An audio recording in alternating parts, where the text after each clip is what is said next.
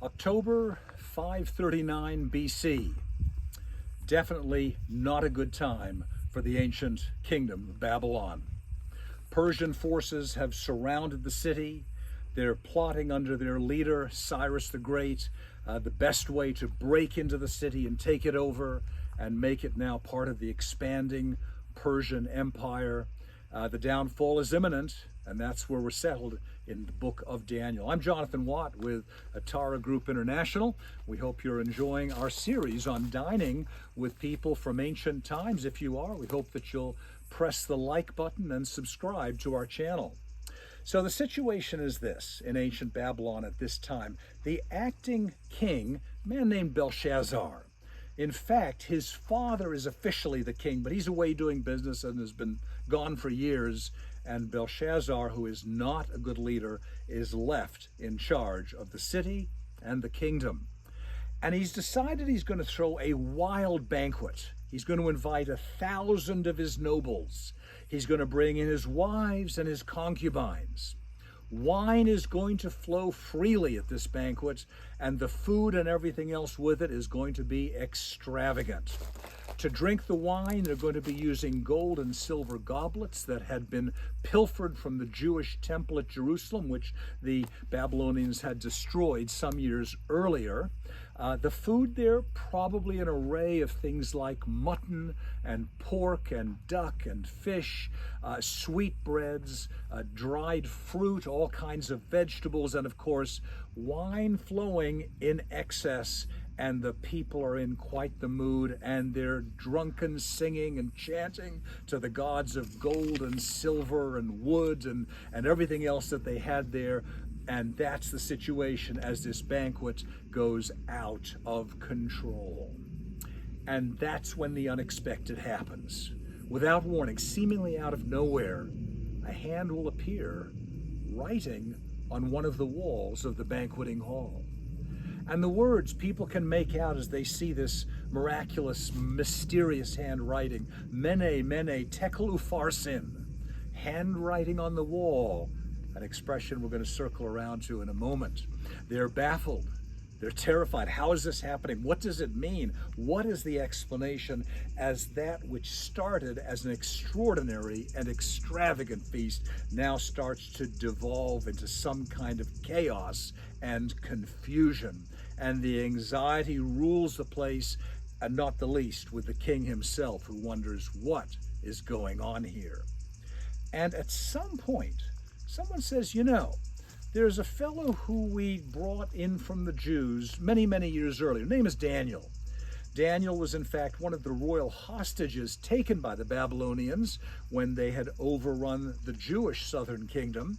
And he has served now in the Babylonian court for some years, a hostage, but with a responsible position.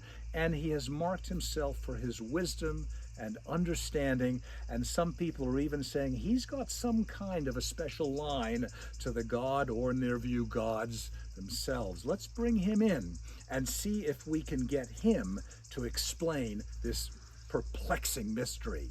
And they promise him all kinds of bling. They'll give him gold and a royal robe and an honored position in the kingdom.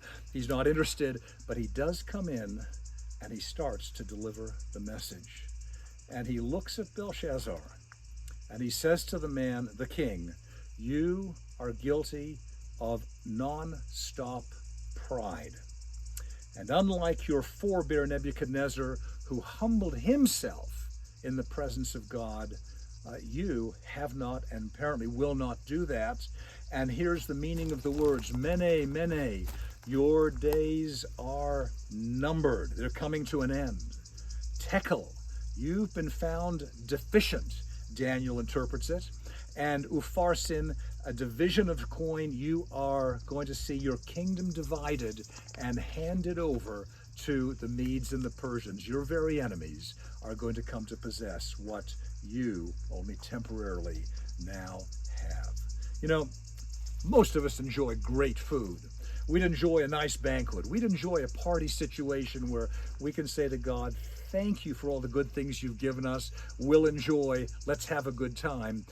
This event, however, is one of gluttony, dishonor, disregard for anything holy. It's a crazy time, and what could have been received as good gifts have instead given rise to an occasion for insanity. Anyway, what's going to happen next? Well, they basically put on Daniel the promised gold and robe and this position of third ruler of the kingdom, and he had to have been smiling or something at the time, because he knows ultimately these are meaningful at this point. He knows the handwriting on the wall. Question is he right? Well, within hours, that very night, the Persians will finish all of their engineering preparations. Their forces will break into the city, walking in on the dry riverbed of the Euphrates, marching in to take the city of Babylon, claim it for the Persians, and sweep up this kingdom into this enormous emerging Persian empire. It's the end of the king. He'll be killed. His supporters will be done away with. And the idiom, the handwriting on the wall, is with us to this very day. It's an expression we use which, as in its original context, meant a message or some indicator that something is unpleasant and it's about to take place. It roots all the way back to the story in the 5th chapter of Daniel. Now, of course, it's a turning point in history.